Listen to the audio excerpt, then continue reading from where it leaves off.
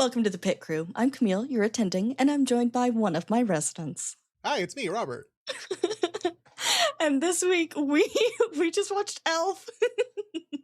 Merry Christmas to everyone who celebrates Christmas, and to everyone else, happy Thursday. Yeah, and, especially to the King sisters, because they inspired our Elf watch. Shout out to the King sisters. I hope this holiday season they're enjoying a rowdy time with Elf and pizza. And spaghetti. Ironically, I had pizza while I was watching Elf. I didn't even clock it. Oh, well, there you go. I had nothing. I did spill a coffee all over myself right beforehand, and I had to change into my wonderful Pit Crew t-shirt. Mal got us matching Pit Crew t-shirts for Christmas, which is awesome. We'll post photos on the Instagram of us in our shirts, but it's really sweet. It's really nice. Mal, as you notice, isn't here with us. She is currently flying to see family for the holidays. So we figured it was time for, we've had a Mal and Robert episode. We've had a Camille and Mal episode. Now it's time for the Robert and Camille episode. So yeah, we watched Elf, and I almost cried at the end, and then they started playing Auld Lang Syne at the end, and I'm like, oh, that song actually makes me cry, so I have to fight extra hard. Okay, no, tell me why you almost cried. I don't know. I was getting wrapped up in the Christmas spirit of the ending of the movie, and I was like, oh, I want to cry. I did send a message that said the overcoming of generational trauma and toxic masculinity being what brings the spirit of Christmas back enough that the sleigh flies. And so, to be fair, as you get older and you watch these movies again, you kind of have these moments where you're like, oh, which I'm sure was not the intent, but I can read it that way. It's art, Oh, yeah, no, 100%. We're going to go through this episode just talking feels and vibes. If you haven't watched Elf, I highly recommend. It's fantastic. It's actually on HBO Max at the time of us recording and uploading it. So, hey, look at that. Just in time. It's also really funny that this episode's coming out 2 weeks exactly before the season 2 premiere. We'll have episodes out on time. We'll have episodes out on time. It'll be great. No one worry about my sleep schedule. It's fine. All that being said, let's talk Elf. Oh my God. So I watch this movie every single year for Christmas. There are 2 movies that I watch every year, Elf and the Santa Claus. Oh, the original one with Tim Allen. Tim Allen, yeah. Yeah. And they made a series out of the Santa Claus. And then at one point I was like, they said something and I was like, oh my God, is this conservative propaganda? And it was. No. So I didn't finish watching the series, but also, why are you beating a dead horse? The movies were great. Leave them alone. At least the first 2. Wasn't the third one with Jack Frost? Yeah. Yeah. The only Jack Frost I respect is the one from Rise of the Guardians. I've never seen that. Isn't that Chris Pine? Who plays that character? I think it's Chris Pine. It's Chris something. It's one of the Chris's. There's 4 Chris Chris's. Pine. I mean, hey, if you're going to pick a Chris to play Jack Frost, the one with the name Pine is probably the best one. I'm actually going to double check that just so that we can... Again, this was an episode about Elf, but hey, just Rise of the Guardians. It's just Christmas movies. It's fine. Chris Pine. There you go. See? I love that man. He's weird. Chris Pine is also the first Spider-Man we see in Into the Spider-Verse. Okay. And he's a fantastic Spider-Man. My cat is named after a Chris Pine character. So. Oh, shoot. Yeah, Lord Nicholas Devereaux. So I think you're going to ask me if I have Christmas movies I watch every year or something like that? Yes. I don't necessarily. Here's the thing is that I just sort of get into the spirit and I watch whatever movie gets me into the spirit. Elf is a classic that always gets me. I always love watching Grandma Got Run Over by a Reindeer just because of how crazy that movie is. I've literally never seen it. Oh. I don't even know that I've heard of that. Oh, Camille, I know what we're doing after we record. Oh, no. It's a classic. It's a classic. Listeners, please tell us. Tell us if you celebrate Christmas, what Christmas movies you watch to get into the spirit. For all of my wonderful Hanukkah supporters, the only one are people who not participate. Hanukkah supporters? For all my wonderful people who celebrate Hanukkah, the only movie I'm aware of that I'm personally aware of is 8 Crazy Nights. Is that Adam Sandler or something? Okay, I don't like Adam Sandler. I'm sorry. That's the only thing I'm aware of. I don't know any movies for Kwanzaa. I don't know any movies for... You know what? My diversity, my worldliness has to end at some point. There's only so much world we can ingest in one life. That's so true. Oh God.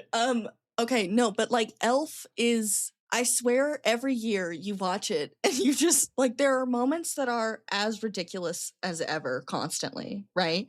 But then there are certain things that you ingest them differently.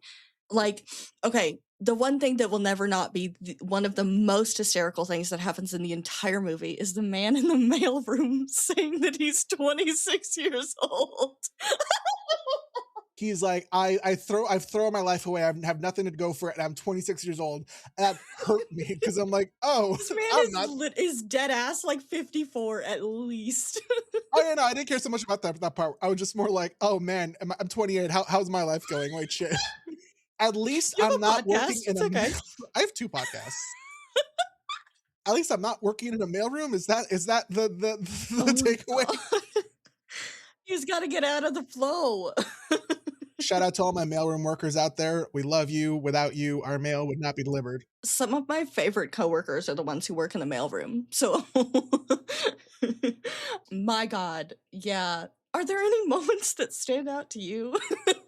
I mean, I feel like every millennial / like every BuzzFeed adjacent website or channel on YouTube nowadays is like, hey, we're going to try and make the spaghetti from Elf. And, you know, it's spaghetti with marinara sauce, with maple syrup, M&Ms, Pop-Tarts, pretzels, all this jazz. And I'm like, I fear I would die instantly if I took one bite of this. I think, like, every time I watch it, I'm still so tempted.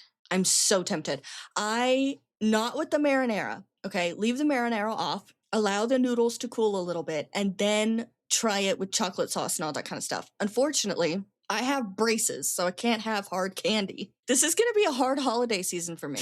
I don't know. Like Thanksgiving, actually, I barely ate. You can't have anything. You can't have any hard candy. It's a soft holiday. It's a flaccid holiday for me. The Elf spaghetti, I don't think I'm ever going to try in my lifetime, mainly because I would do it. As an adult who pays for my groceries, I can't fathom, wasting like $10.63 worth of ingredients for something I'm not going to have more than a bite of. That's so true. That's really true. But also could be fun as like a little dessert at a party. Have little plates of like Elf spaghetti. That's how you never get invited to a party again. Who's the fucker who brought spaghetti? Joke's on you. I don't get invited to parties anyway. I can imagine the party host being like, who the fuck brought spaghetti covered with chocolate sauce and caramel and marshmallows? It's a novelty. People would kind of be about it, at least to try it. I'm still very young. I'm still 28, but I'm also at that point where I'm like, oh, I guess my taste buds are turning to shift and I don't like sweet things as much as I used to. Mm-hmm. So, yeah, that's fair. I definitely could not, like, if you handed me a plate, like, even if it's a little plate of spaghetti covered with chocolate sauce, caramel sauce, M&Ms, marshmallows, whatever the works, I'd be like, I'll take a bite to be nice. I've always wanted to try it. Sure, why not? And then I'll be like, oh, my mouth is dying. But, like, that's the point. That's why you would do that, is because everyone's like, oh, I've always been curious. And then they don't have to all go buy, It's a novelty. Okay, what are do you have Christmas traditions on like things that you have to have, like to drink or eat on Christmas? This is really, really weird and niche because it's like a particularly my family thing. Mm-hmm. Every major there's this Peruvian chicken place in Woodside, New York, in Woodside, Queens. That's fucking packed. It's older than I am. It's a great chicken place. Huh. Every year for Christmas, for New Year's, for birthdays, for whatever, my family would go to this place and would get a couple of Peruvian chickens cut up, Peruvian rotisserie chickens, which are fantastic if you've never had it. And that would be part of the main course. So for me in particular, the Peruvian, I'll even dox the restaurant. Go find this restaurant and eat there. It's called Peking BBQ. Peking BBQ. It's a fantastic little like hole in the wall restaurant that has some of the best rotisserie chicken, and that is just like a staple in my brain when it comes to like thinking of a Christmas dinner or a Thanksgiving feast or birthdays or whatever. Okay, that's just for me though. And then if we're talking like generalized things, you can't go wrong with a cup of hot cocoa with some mini marshmallows. Okay, we do chocolate martinis. Chocolate martinis? Lot of them. Yeah. Yeah. How do you make a chocolate martini? It is vanilla vodka, chocolate liqueur, creme de cacao, a little bit of milk or heavy cream, shake it over ice, and then pour it in a glass that's been drizzled with chocolate syrup. It's so good. I mean, I can't say I'm not intrigued. It's so good. Oh my god. I could have like 17 of them. I literally start at like 7 a.m. and just keep going. I'm not one of those people who's like, at a certain time of day, you can't have that. I'm an adult. I do what I want. I've also, because I used to have a much more energetic party phase when I was in my late teens, early 20s, and then that stopped. So I used to be able to drink, I could outdrink a horse, and now I have like 2 beers and I'm like, oh, I'm done. I'm tipsy. I need to lay down. Oh my god. No, I can call me Ilya Rozanov the way I can down some vodka, baby. Oh my god. Hey, if you follow Camille on other social media platform or on generally her social media platforms, you might know that she's very into Heated Rivalry right now. And I've infected all of my friends with it. I jokingly was like, hey, Heated Rivalry's podcast when? And you're like, Robert, no. And No. I'm like, I'm not saying I'm gonna make it. I'm just saying, when is it gonna happen? I think there are some hockey podcasts that are covering it, which is, I as a hockey fan, I'm so down. I'm so down.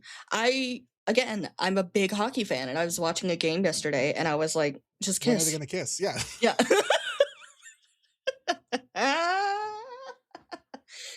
No. I think we can all recommend that show unless there are children around or your parents. This podcast, I believe we have it rated as explicit because, they say fuck in the pit and they like show naked people, quote unquote. Yeah. So I'm like, if you're old enough to watch the pit, you're old enough to listen to this podcast. That being said, I would absolutely be like 14 years old. If the pit came out when I was 14, I would have been watching it. Jesus Christ. Would it have been great for me? Probably not, but I would have still done it. Hey, can we talk about the capitalism in Elf? Yes, go. All the product placement. Oh my god, it's really funny to me.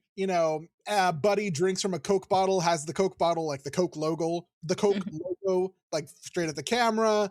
All the treats to make the spaghetti pasta labels are front and center. They're in Times Square, which has so many fucking advertisements. I'm surprised he didn't go to Times Square. I didn't see him in Times Square. Well, also, okay, the fact that his father is like, I don't care if the book doesn't make sense. We spent money. Send the book out. Like, yuck. Who are you? Who are you?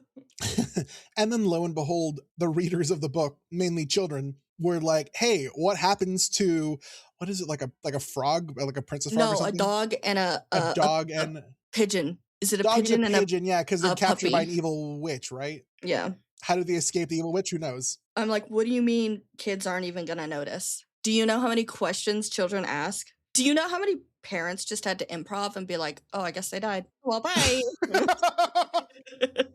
Merry Christmas, little Johnny. The puppy and the pigeon died.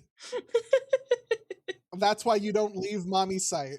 Oh my god. No, Elf is such a good movie. Also, one thing I really wanted to talk about is Baby It's Cold Outside, okay? Because this song, and I will admit, I hated the song for a long time because I was of the same thought of, everyone else is that they're like, oh, it's super rapey, it's weird because she's saying she needs to leave and he's trying to give her another drink and all this other stuff. So I found out years ago that it's actually a woman embracing her sexuality. However, in the time that the song was written, she would have had to have said like, oh, I tried to say, no, I have to go home. But like her intention is to stay. However, socially, she has to be like, oh, I tried, but the weather was so bad. And also this and also that. But it's a woman with sexual agency is actually what it is. It's not rapey. So if I can save that song for anyone, I hope that does. She fully intends to stay and wants to stay, but socially, culturally has to come up with a million reasons not to first. I think my favorite like dating trope or whatever is when like, date goes really well and the guy's like, oh yeah, everything worked out. I'm getting laid because, I motivated things forward, and like she's shaved, wearing matching underwear and panties, all that jazz. It's like, buddy, you didn't have a decision. You didn't make the decision. She did. That's so true. But like, this is such a good movie. But then, oh my God, there's the moment where she says something about, I've never declawed kittens before. And I'm like, I'll push you off the roof of this building. She's like getting talked into it by a friend or something, like a coworker, a friend, whoever on the phone, who was like, I have 8 kittens who need to be declawed by like this weekend. Can you do it for me? And the assistant to Buddy's dad is like, no, the fuck? Well, actually, fine. If it's just 8, I'll get it done. I don't know, Connie. I've never declawed kittens before. And I'm like, girl? You don't. It's an amputation. What? You're a secretary. Also, even very well-respected, like, well-respected vets will not do declawing. If you're not a cat owner or you don't know this, declawing is inhumane. It's actually incredibly painful, and it's an amputation at the knuckle for a cat. They need their claws. Throws off their balance. They have to like relearn how to walk, and it's super fucking painful. Imagine someone took your toes off of your feet because they didn't like aesthetically what your toes could potentially do to things in their home. Like, that's what that is. Ugh, gross. But yeah, so that was wild. Every year I hear that and I'm like, oh my God. There's so much in this movie. Okay, I know I'm harping on like the things that I'm like, what? But the weirdness of the fact that Zooey Deschanel's character is like, I am in love with this man who is basically an infant mentally is so scary. I remember saying to you partway through watching the movie, like, the wildest thing to me is that Zooey Deschanel's character falls for Will Ferrell. Yeah. Like, so much so that they have a kid together. It's like, what? Oh my God. I don't want to think about what had to happen to get there. Oh God. I guess Buddy grows up to some capacity. Does Buddy have a social security number? Like, these are things we need to know. Does he have a social security number? Because he was in the orphanage. He was in the system. He was in the orphanage. Yeah. Right. So I like that he was named after his diaper. Oh yeah, the moment Little I saw Buddy it, like, diapers. Yeah, Little Buddy diapers. I'm like, oh well, that's where his name's coming from. Because I haven't watched Elf in a couple of years. I think I haven't watched. This is my son Snuggies. Here's my daughter Tampax. Here's my son Camp Half-Blood t-shirt. Oh Lord. Oh my God. One of the other things that I liked was much in tune with the capitalist talk I was talking earlier, the workforce talk of like how pretty much Buddy tends to be the only happy person in any of the jobs he's in. Yeah, no, there are so many, like, as we get older and as time passes, you can watch this movie and just be like, oh my God. And it's not intentional. Like, it's not intentional to watch it and be like, oh, everyone finds their value in what they can contribute to, creating merchandise. Like, but I love, it's like all the little things, like the Bob the Builder stuffed animals. Which threw me off because I'm like, wait, when did the Bob the Builder cartoon come out? Because that didn't look anything like the cartoon. I was young when Bob the Builder was, I think it's changed over the years, but because they didn't look anything like the cartoon from what I remember. Yes, it did. Yeah, barely, kind of. Okay, originally Bob the Builder came out in 1999. Oh, okay, then we're good then. See, but also this is 2003, I believe. Elf came out 2002. Where I mean, here's the thing: I see the Tickle Me Elmos. They're there. That was a big toy. Remember when people would like kill each other on Black Friday for a Tickle Me Elmo? Beanie Babies, Jesus. One of my favorite things about this movie is just, for some fucking reason, how being raised in elf culture translates to Buddy being a pro in the Etch-a-Sketch. Oh my God, yeah. He can draw the Mona Lisa. Who showed him the Mona Lisa? That's such a good question. Did the elves have an affinity for classic art?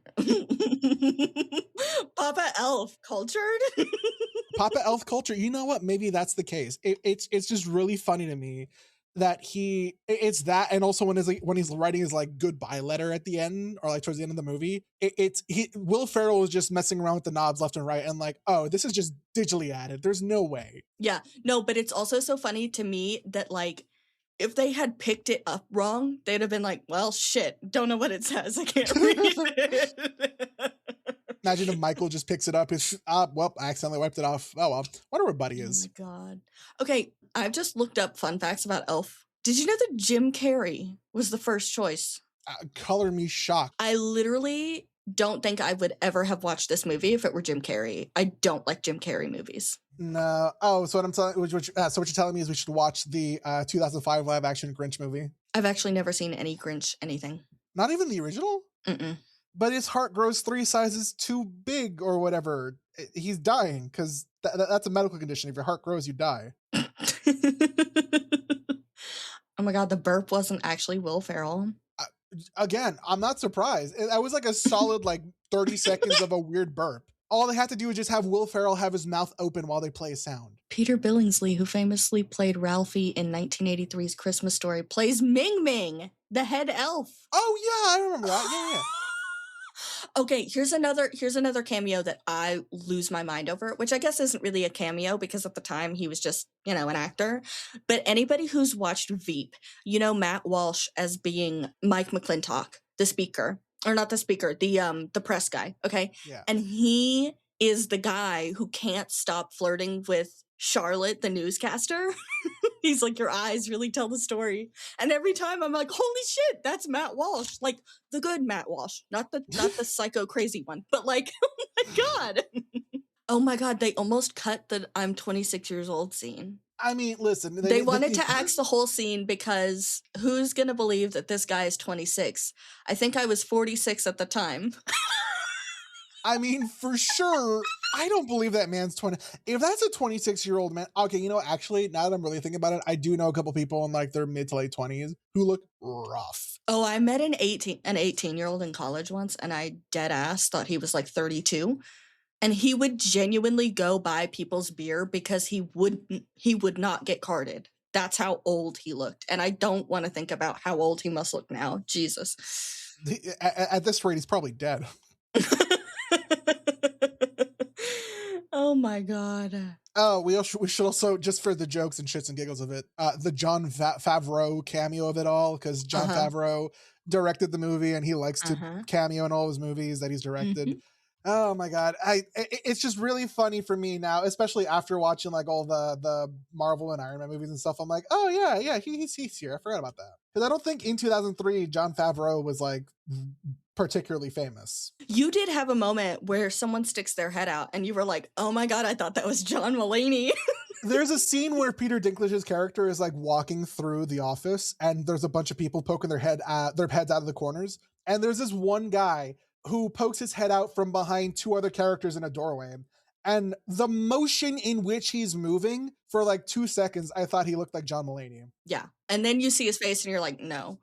But it really did kind of look like You also pointed out to me that John Mulaney at this point in time would have been in his teens. Yeah. If that. When was he born? He's 40 something now, so he was born in the 80s. 82, so yeah. Oh, I guess he would have been 20. Jesus. He's so much older than I thought. Oh my God, what else? There's so much in this movie. And I don't even know, man. There's so much. Also, good on Peter Dinklage for being one of those constant actors my entire life.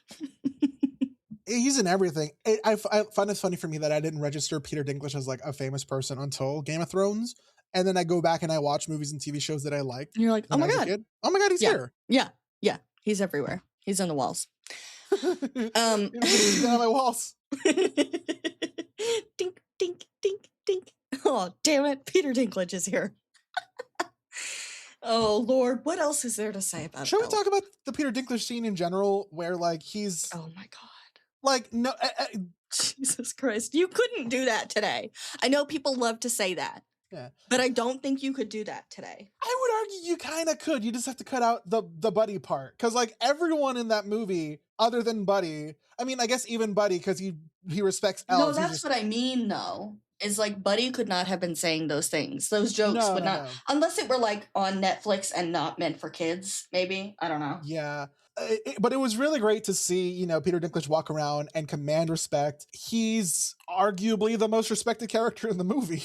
Yeah. Not that he deserves it. Jesus, what a dick. Oof. Okay, does asparagus, now I know when I eat asparagus, my pee smells. Does asparagus pee smell? If asparagi were asparagus, would their pee smell? These are questions I don't particularly have an answer for on account of the fact that I never had to think of them because I'm a relatively normal person. No, you're not. Fuck you. Oh my god. If asparagus peed, I don't think it would stink necessarily. That's a good thing we'll never have to know because asparagus cannot pee. Who's the actor who plays Santa in this movie? He was a great Santa. He passed away. You know what's really sad is just watching this movie and realizing how many people in it have passed away now. Ed Asner. Ed Asner. Mm-hmm. He was a good Santa. I liked him. James Caan passed away a few years ago. Plays the father, Walter Hobbs.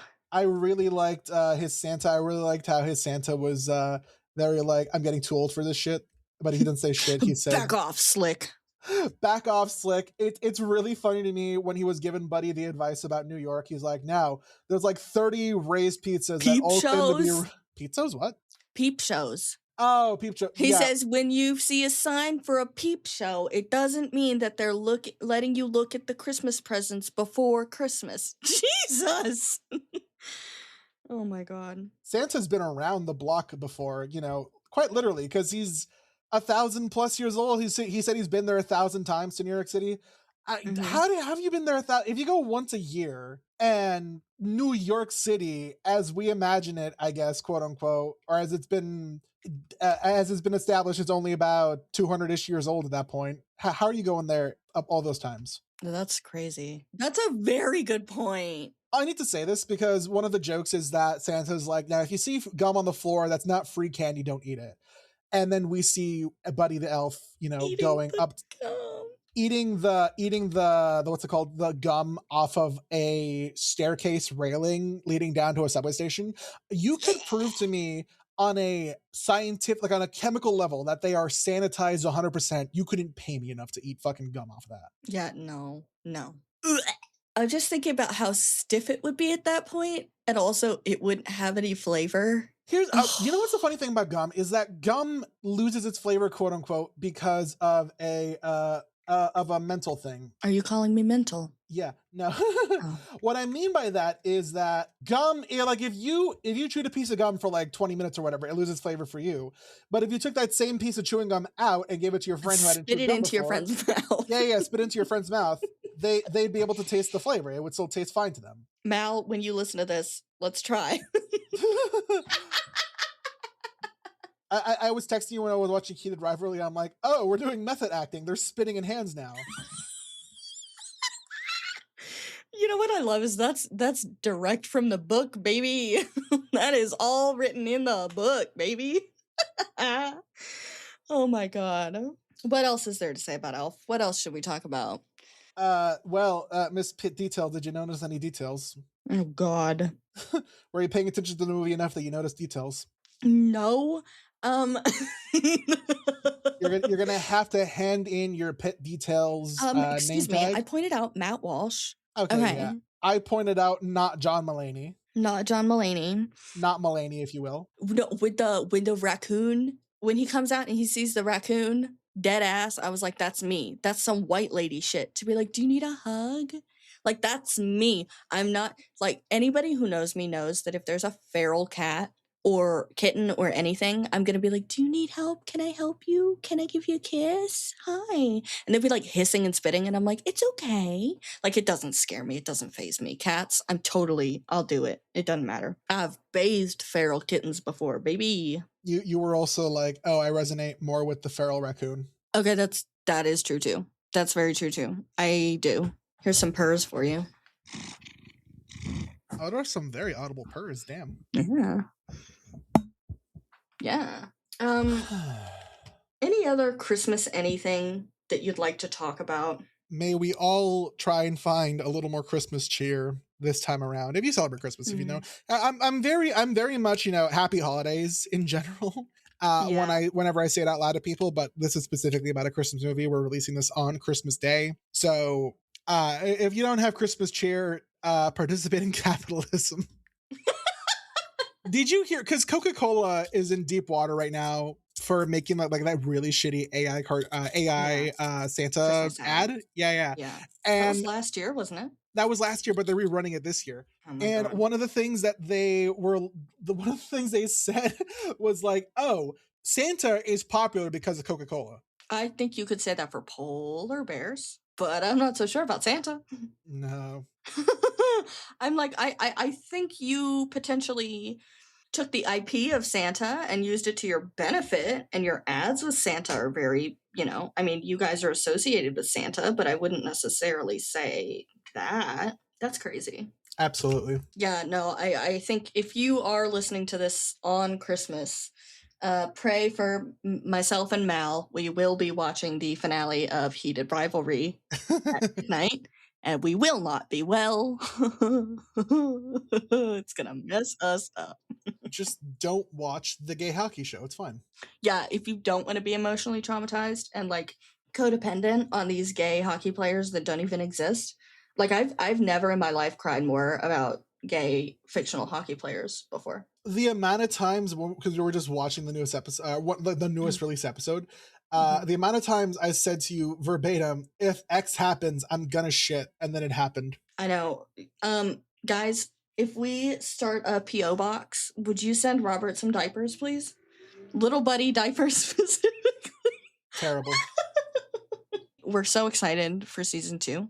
The trailer came out. It looks amazing. I think before we start covering stuff in 2 weeks, we'll release a like final theory thing before, and then we'll head into season 2. It's great. Yeah, my God, this is gonna be crazy. And like, this is, last time we couldn't, we could spoil everything because we'd seen everything by the time we started the podcast.